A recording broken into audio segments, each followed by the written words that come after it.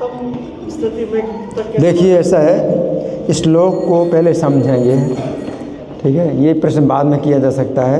आज श्लोक से संबंध में आज का जो श्लोक है, अगर बैठ सकते हैं तो बैठिए, पहले सुनिए, उसके बाद फिर प्रश्न करिए। प्रश्न करने का तरीका यह है कि जो सुना उस पर आप जो है फिर प्रश्न कर सकते हैं। तो ये श्लोक है रजोगुणी यज्ञ का, भगवान वर्णन कर रहे हैं। तो रजोगुणी यज्ञ में जो है एक उदाहरण दिया गया दुर्योधन का। दुर्योधन ने यज्ञ किया, रजोगुणी यज्ञ किया, है ना। तो रजोगुणी यज्ञ और सतोगुणी यज्ञ में क्या अंतर है? सतोगुणी यज्ञ किया जाता है कि कर्तव्य की भावना से किया जाता है, फल की इच्छा नहीं होती है। सतोगुणी यज्ञ में क्या है? बिना फल की इच्छा के यज्ञ करना चाहिए, इसलिए यज्ञ किया जाता है। और रजोगुणी यज्ञ में क्या है कि फल सामने रख करके कि मुझे ये भौतिक जो कामनाएं हैं तो उनको पूरी करने के लिए जो यज्ञ किया जाता है वो रजोगुणी यज्ञ है। रजोगुणी यज्ञ के दो लक्षण हैं, अभिसंधाय तो फलम दम्भार्थम अभिचैव्य। या तो फल की कामना से यज्ञ किया जाता है कि मुझे ये फल होना चाहिए, हैं। जैसे कोई स्वर्ग की प्राप्ति के लिए मुझे स्वर्ग प्राप्त करना है, या जैसे बलि महाराज का यज्ञ शुक्राचार्य ने कराया, किस लिए? स्वर्ग में अधिकार, हैं। तो अपने शिष्य को स्वर्ग में अधिकार प्राप्त कराने के लिए शुक्राचार्य ने बलि महाराज का यज्ञ कराया, है ना। और यज्ञ में आहुतियाँ डाली तो यज्ञ के कुंड से ही रथ निकला और धनुष निकला, ध्वजा निकली। तो ये सब जो है, और इसके द्वारा बलि महाराज ने फिर स्वर्ग पर विजय प्राप्त कर ली। तो ये रजोगुणी यज्ञ है। रजोगुणी यज्ञ दुर्योधन ने भी किया। तो दुर्योधन ने जब रजोगुणी यज्ञ किया तो इसमें वर्णन हुआ है कि दुर्योधन ने पांडवों को यज्ञ में, क्षमा कर, यज्ञ नहीं, कपट जुए में हरा करके पांडवों को वनवास दे दिया, 12 साल का वनवास दे दिया। और अब जो है वो यज्ञ करके दिखाना चाहता है कि पांडवों ने पहले यज्ञ किया था, जब वो जुए में नहीं हारे थे तो यज्ञ किया था, राजसूय यज्ञ किया था। तो पांडवों ने जो राजसूय यज्ञ किया था वो सतोगुण से भी ऊपर था। सतोगुण में तो होता है कि बिना फल की कामना के यज्ञ करना है, कि करना चाहिए। लेकिन युधिष्ठिर महाराज ने यज्ञ किया था, सतोगुण से भी ऊपर था। वो तो क्या? कृष्ण की प्रसन्नता के लिए। अगर कृष्ण की प्रसन्नता के लिए यज्ञ किया जाए तो सतोगुण से भी ऊपर होता है, वो तो फिर भक्ति के अंतर्गत आ जाता है, कृष्ण की भक्ति है। तो युधिष्ठिर महाराज ने यज्ञ किया था राजसूय यज्ञ, तो उसमें वो दिखाना चाहते थे कि देखो हम श्री कृष्ण की भक्ति करके हम देखो इतने प्रसन्न हैं, हम इतने सुखी हैं, हमें इतनी संपत्ति प्राप्त हुई है, तो बाकी जितने राजा लोग हैं वो भी कृष्ण की भक्ति करें। तो राजसूय यज्ञ में युधिष्ठिर महाराज ने यज्ञ किया था दूसरों को भी भक्त बनाने के लिए, दूसरे राजा लोग भी भक्त बनाए, है ना। तो युधिष्ठिर महाराज का यज्ञ सतोगुण से भी ऊपर था, लेकिन दुर्योधन का यज्ञ सतोगुण से नीचे है, रजोगुणी। अब रजोगुणी में क्या था कि उसने चाहा कि मैं राजसूय यज्ञ करूं। युधिष्ठिर महाराज ने राजसूय यज्ञ किया था तो उनका बड़ा यश फैल गया था। तो युधिष्ठिर महाराज ने अपना यश फैलाने के लिए यज्ञ नहीं किया था, कृष्ण का यश फैलाने के लिए यज्ञ किया था। लेकिन दुर्योधन क्या सोचता है, अरे युधिष्ठिर ने यज्ञ किया था, उनका बड़ा यश फैला था, लेकिन अब हमने उनको राज्य से बाहर निकाल दिया है, अब हम जो है उनका यश जो है घटा करके अपना यश बढ़ाएंगे। रजोगुणी की भावना क्या है? दुर्योधन की भावना क्या है? रजोगुणी है। तो उसने जो है क्या किया कि विचार किया राजसूय यज्ञ करूं। लेकिन फिर ब्राह्मणों ने कहा कि तुम राजसूय यज्ञ नहीं कर सकते। क्यों? क्योंकि जो युधिष्ठिर महाराज ने राजसूय यज्ञ किया तो अब उनके कुल में कोई भी व्यक्ति जो है राजसूय यज्ञ नहीं कर सकता जब तक वो जीवित हैं। तो फिर क्या कर सकते हो, ठीक है, वैष्णव यज्ञ करो। तो वैष्णव यज्ञ किया, तो दुर्योधन ने जो है वैष्णव यज्ञ किया, है ना। और पांडवों को निमंत्रण में बुलाया। अब पांडवों को निमंत्रण में बुलाया तो लगता है कि भाई दुर्योधन की बड़ी अच्छी भावना है, पांडवों को युद्ध में और यज्ञ में निमंत्रण दिया, लेकिन वो उसकी भावना सतोगुणी नहीं है बल्कि रजोगुणी है। रजोगुणी भावना में उनको दिखाना चाहता है कि हम देखो कितना बड़ा यज्ञ कर रहे हैं, तुमने जो यज्ञ किया था, है ना, हम तुमसे अब तुमको हमने राज से बाहर निकाल दिया, तुम वनवास कर रहे हो, हम राजा बन गए और तुम देखो हमारा यश देखो कि। तो ये उसको कहते हैं दंभ, हैं, या तो फल की कामना से या फिर दंभ से। तो दुर्योधन ने दंभ से यज्ञ किया, पांडवों को नीचे दिखाने के लिए, अपना जो है सम्मान बढ़ाने के लिए। फिर जब किसी ने कहा अरे आपका यज्ञ तो बहुत बढ़िया हुआ, हैं, बहुत बढ़िया हुआ, तो बड़ा हर्षित हो गया। तो हर्ष और शोक, इसमें रजोगुणी व्यक्ति में हर्ष और शोक हमेशा भरा रहता है। अपनी प्रशंसा होगी तो हर्षित हो जाता है, और जहाँ अपनी जो है इज्जत घटती है तो फिर शोक में डूब जाता है। तो फिर जब किसी ने कहा कि अरे ये यज्ञ तो पांडवों का जो यज्ञ हुआ था उसका 1% भी नहीं है, तो शोक से डूब गया।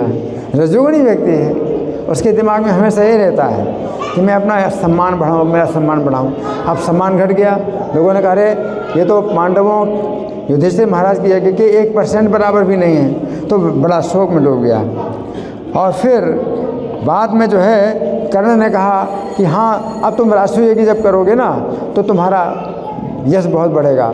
युधिष्ठिर जो है जब हम जो है युद्ध में जब मार जाएंगे, युद्ध में जब पांडव लोग मारे जाएंगे तब तुमको अधिकार मिल जाएगा राष्ट्रीय यज्ञ करने का। अभी तुमको अधिकार नहीं है, पांडव जीवित हैं, युधिष्ठिर महाराज ने किया है राष्ट्रीय यज्ञ और वो जीवित हैं, तुम यज्ञ नहीं कर सकते। उनके परिवार में दूसरा व्यक्ति तब तक यज्ञ नहीं कर सकता जब तक वो जीवित हैं। तो कर्ण कहता है कि युद्ध में हम जब मार देंगे पांचों पांडवों को तब तुमको यज्ञ करने का अधिकार मिल जाएगा, राष्ट्रीय यज्ञ करने का, तो फिर तुम्हारी कीर्ति बहुत ज़्यादा बढ़ जाएगी। तो रजोगुणी व्यक्ति की इसी प्रकार की भावना होती है ना। शास्त्र भी के अनुसार यज्ञ कर रहे हैं, लेकिन शास्त्र में क्या है कि या तो किसी फल की कामना से, ये बच्चे किसके बच्चे हैं शोर कर रहे हैं यहाँ, आपकी बहुत जिम्मेदारी है, किसके बच्चे शोर कर रहे हैं, खेल रहे हैं यहाँ पर, इनको बाहर ले जाइए। आपकी जिम्मेदारी है, आपके बच्चे यहाँ खेलेंगे नहीं, दौड़ेंगे नहीं। अपने बच्चे, किसके बच्चे शोर कर रहे हैं यहाँ पर, या तो शांत करिए या फिर बाहर ले जाइए। तुम्हें क्या बता रहा था, रजोगुणी यज्ञ में, है ना। अब दूसरा उदाहरण रजोगुणी यज्ञ का सुनिए। यहाँ पर श्री कृष्ण कह रहे हैं कि जिस यज्ञ में अपना सम्मान बढ़ाने की भावना होती है उस यज्ञ को रजोगुणी कहा जाता है। दंभार्थम, इसके दंभ के लिए, दिखावे के लिए। क्या दिखावे के लिए, कि मैं कितना बड़ा योग्य हूँ, मैं कितना बड़ा मेरा सम्मान है, तो अपना सम्मान दिखाने के लिए। ये बात भी समझने की है कि रजोगुणी व्यक्ति ये कोई यदि अपना सम्मान बढ़ाने की भावना होती है तो उसके अंदर ऐसे लोगों का अपमान करने की भी भावना रहती है जिनसे वो द्वेष करता है। तो ये भी है, अगर अपना सम्मान बढ़ाने की भावना है तो अगर अपना सम्मान नहीं बढ़े तो कम से कम उसका अपमान हो जिससे हम द्वेष करते हैं। तो ये भी जो है रजोगुणी यज्ञ है। तो भागवत के 4 स्कंध के अंतर्गत अध्याय संख्या 3 में वर्णन आता है कि चूंकि दक्ष शिव जी से द्वेष रखता था। अब देखिए कैसा, इसमें फल की कामना नहीं है ना, और सम्मान बढ़ाने की भी कामना नहीं है, लेकिन अपमान करने की कामना है ना। किसका अपमान करने के, शिव जी का। तो दक्ष जो है किस लिए यज्ञ कर रहा है, इसलिए उसने एक बृहस्पति स्तव नाम का यज्ञ किया जिसमें उसने सभी ब्रह्मर्षियों को बुलाया, सभी देवर्षियों को बुलाया, सभी पितरों को बुलाया, सभी देवताओं को निमंत्रित किया, परंतु शिव जी को नहीं बुलाया।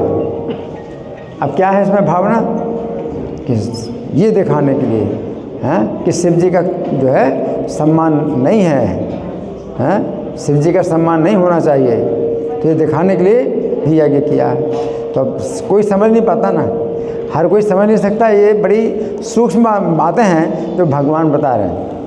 इस प्रकार वो सभी देवताओं तथा मुनियों को दिखाना चाहता था कि शिव जी में बहुत बड़ा कोई दोष है कि उसने सभी को बुलाया परंतु शिव जी को नहीं बुलाया।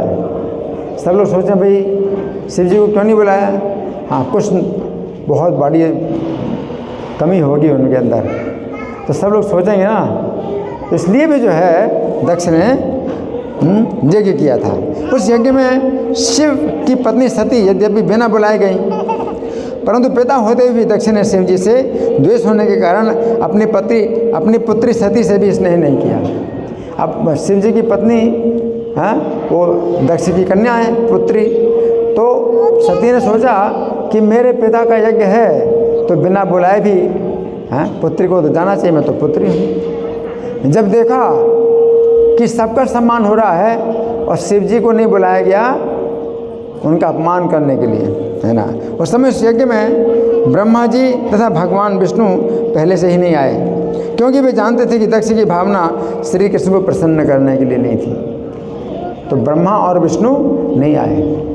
दक्ष का इतना ज़्यादा सम्मान था कि भगवान विष्णु तक उसके जो है मतलब ऐसे थे कि भाई निमंत्रित किया जाए और आए, लेकिन भगवान विष्णु भी नहीं आए और ब्रह्मा जी भी नहीं आए। ब्रह्मा जी भी समझ गए दक्ष की भावना क्या है, बिल्कुल भी उसके अंदर भगवान को संतुष्ट करने के लिए नहीं है, या सात्विकता बिल्कुल नहीं है। सात्विक यज्ञ में कर्तव्य की भावना होती है, तो वो भावना नहीं है यज्ञ करने में, बल्कि उसकी भावना शिव जी का अपमान करने की है। तो यहाँ पर श्री कृष्ण कह रहे हैं कि जिस यज्ञ में अपना सम्मान बढ़ाने की या किसी भक्त का अपमान करने की भावना रहती है, ऐसा यज्ञ रजोगुणी होता है।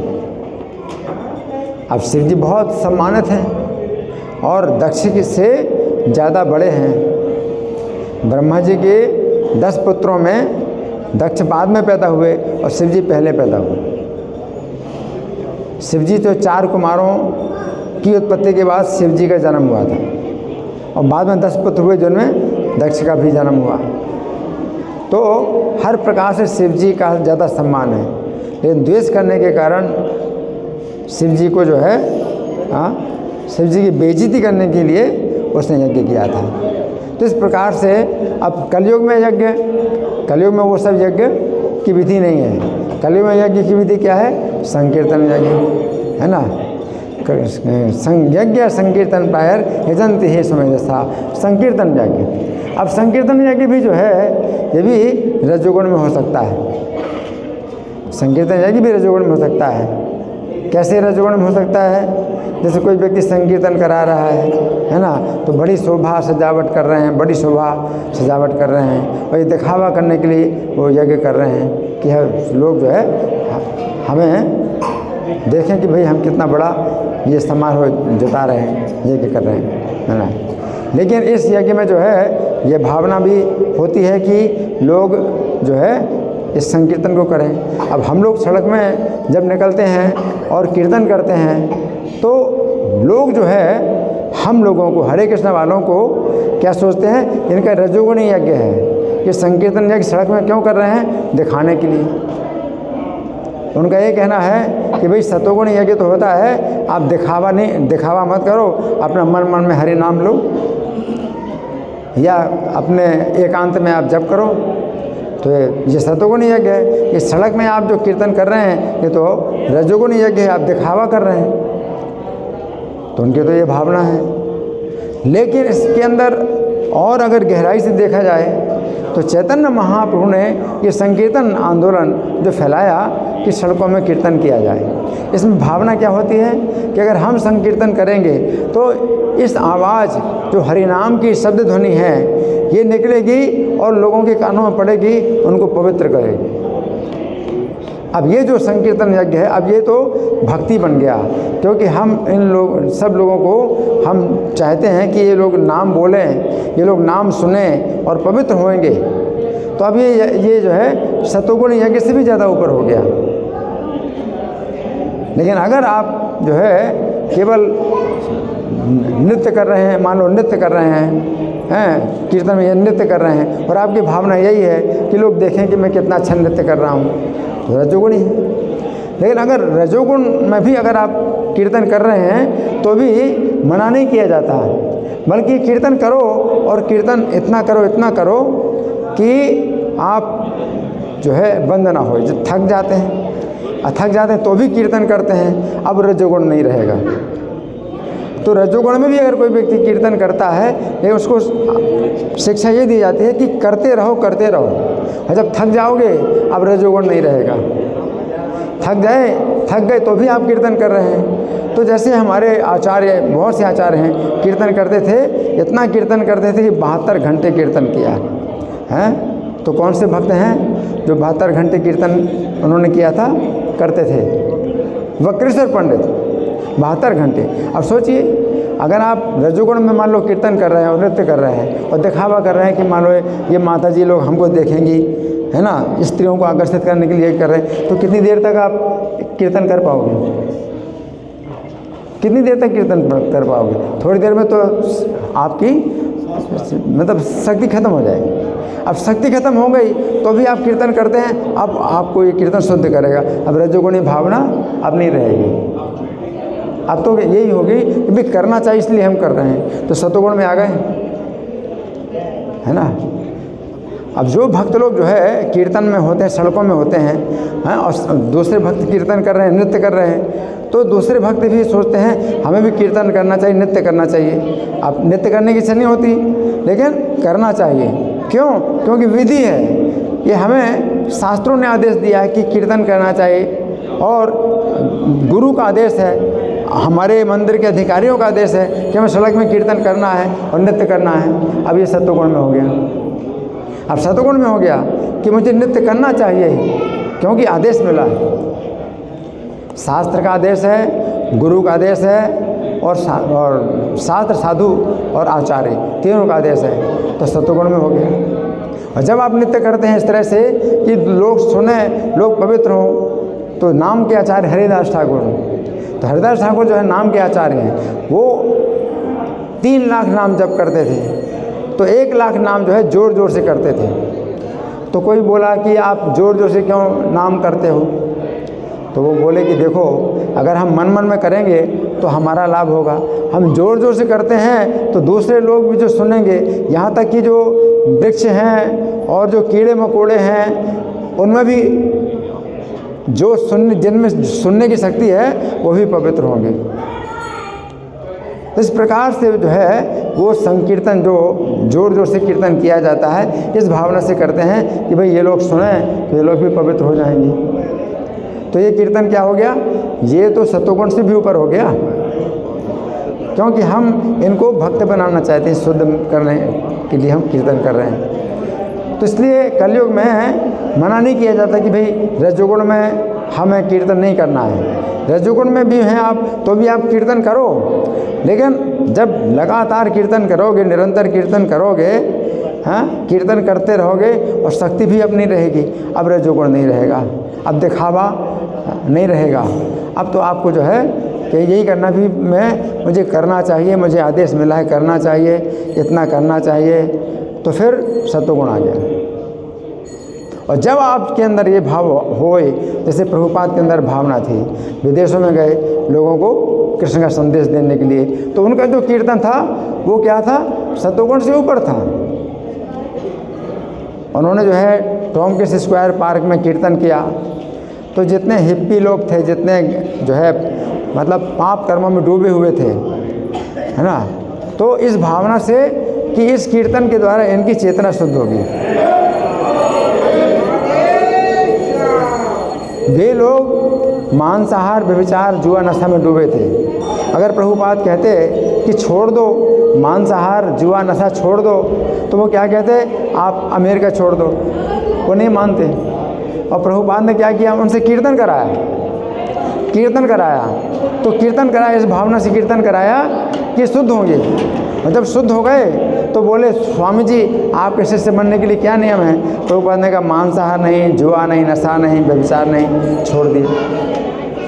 तो ये जो कीर्तन क्या है, प्रचार, ये क्या है, भगवान की भक्ति हो जाता है, सत्वगुण से ऊपर हो जाता है। ठीक है ना। अब आपका कोई प्रश्न है? माइक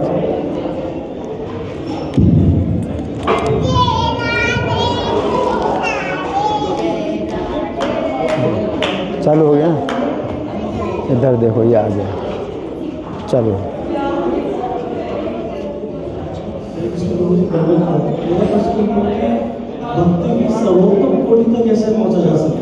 भक्ति की सर्वोच्च पूर्णता, भक्ति की सर्वोच्च पूर्णता का मतलब यही है कि आप भगवान को प्रसन्न करने के लिए कार्य करते हैं। जिस समय आप जो है, आपके अंदर भावना ये हो जाती है कि मैं कृष्ण का सेवक हूँ और कृष्ण मेरे स्वामी हैं, तो भक्ति की सर्वोच्च पूर्णता है। लेकिन जब तक ये भाव नहीं रहता है, तब तक भक्ति जो है रजोगुण में भी होती है, तमोगुण में भी होती है, सत्वगुण में भी होती है। लेकिन आप भक्ति करो, क्योंकि भक्ति आपको पवित्र करेगी। अगर आप तमोगुण में भी भक्ति कर रहे हैं, करते रहोगे तो आप रजोगुण में आ जाओगे। रजोगुण में भी आप भक्ति कर रहे हैं, करते रहोगे तो आप सत्वगुण में आ जाओगे। जैसे ध्रुव महाराज थे, तो ध्रुव महाराज का जो है अपमान हुआ, तो उनकी माता सुरुचि, सौतेली माता, उसने मतलब पिता की गोद से उतार दिया कि तुम जो है पिता की गोद में नहीं बैठ सकते, क्योंकि मेरे गर्भ से नहीं तुम पैदा हुए हो। तो ध्रुव महाराज जो है फिर वन में गए, इसलिए गए कि मुझे पिता से भी बड़ा पद चाहिए, क्योंकि पिता ने भी बच्चे का पक्ष नहीं लिया था। तो पिता से भी उनको जो है बड़ी मतलब हो गई थी, शिकायत हो गई थी। तो मुझे पिता से भी बड़ा, पिता के पिता से भी बड़ा, ब्रह्मा जी से भी बड़ा मुझे पद चाहिए। रजोगुण में ये भावना है। लेकिन नारद जी ने कहा कि तुम इस प्रकार से भजन करो कि भगवान स्वयं तुम्हारे पास आए और तुम भगवान से मांगना है। तो अब वो नारद जी ने उनकी दिशा बदल दी कि भगवान को प्रसन्न करना है। जब भगवान प्रसन्न होंगे तो फिर मुझे वर देंगे। तो अब वो रजोगुण से अब उनका जो भाव हो गया, क्या,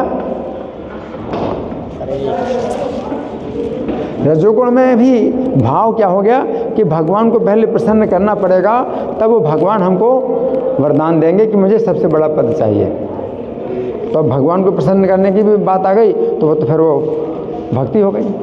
तो उन्होंने जो है इतनी तीव्र तपस्या की कि भगवान को प्रसन्न करना है और भगवान के दर्शन करना है और भगवान से मुझे ये वर मांगना है। अब रजोगुण में जो है वो कर रहे, तो उस विधि से वो पवित्र हो गए। जब भगवान ने दर्शन दिया तो अब जो है उन्होंने क्या कहा कि अब रजोगुण से ऊपर उठ गए। अब उन्होंने क्या कहा, मुझे तो आपके भक्तों का संग चाहिए और आपके भक्तों की संगति में मैं जो है हमेशा आपका गुणगान करूं, है ना। अब वो कामना, जो पद पाने की जो कामना है, वो ख़त्म हो गई।